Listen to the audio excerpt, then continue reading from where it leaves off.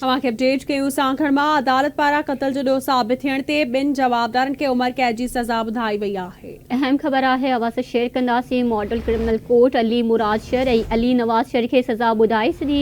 जवाबदारनि 2022 में मुर्तज़ा शर खे क़त्ल कयो हो। आवाज़ ख़बर शेयर कंदासीं। ब्रेकिंग न्यूज़ आहे। सांगड़ खां अदालत पारां क़त्ल जो ॾोह साबित थियण ते ॿिनि जवाबदारनि खे उमिरि कैद जी सज़ा ॿुधाई वई।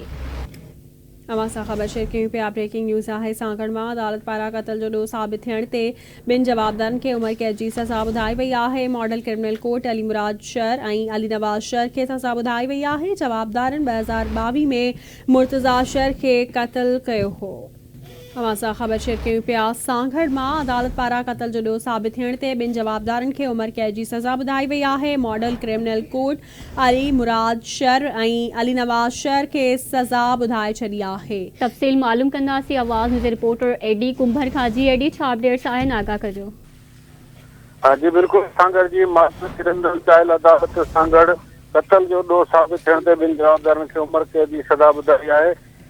क्रिमिनल ट्रायल कोर्ट सांगड़ जे जेको जज आहे रसूल बख्श जी उन क़त्ल ज़ख़्मी करण ऐं गैर क़ानूनी हथियार रखण जो ॾोह साबित थियण ते अदालत पूरी केस नंबर 205/2022 में जवाबदारनि अली मुराद शर अली नवाज़ खे उमिरि कैद जी सज़ा ॿुधाए छॾी आहे।